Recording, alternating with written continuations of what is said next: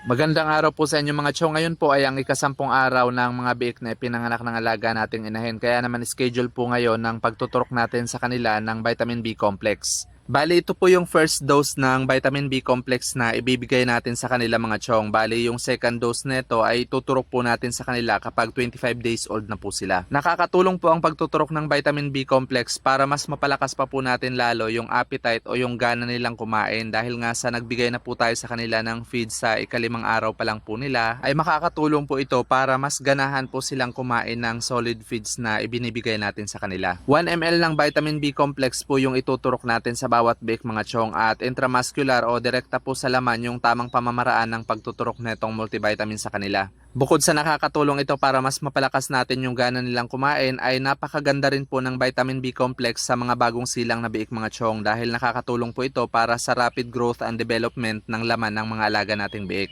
Nakakatulong rin po ito para mas mapatatag pa po natin yung resistensya ng mga alaga nating biik laban sa mga sakit. Pwede rin po tayo magturok ng vitamin B complex pagkatapos o habang may sakit po yung mga alaga nating biik. Nakakatulong po ito para mabilis pong bumalik ulit yung gana nila sa pagkain. Minsan po kasi kapag nagkakasakit po yung mga alaga nating biik mga chong, lalo na kapag nagtatae po sila, ay nawawalan po sila ng gana kumain. Kaya naman mabilis pong nangangayayat yung mga alaga natin. Sa pamamagitan ng pagbibigay sa kanila ng tamang gamot at pagtuturok sa kanila ng vitamin B complex ay mabilis pong makaka-recover yung pangangatawan ng mga alaga natin. At kung umabot ka po sa parteng ito ng video natin ay paki-comment mo naman sa baba kung taga saan ka at paki-share na rin po ng mga videos natin para mas marami pa po tayong maabot at mas marami po tayong matulungan lalo na po yung mga nag-uumpisa at nagbabalak pa lang din na mag-umpisa sa ganitong klase ng hanap buhay. That's all for today's video mga chong. Thank you for watching and happy farming!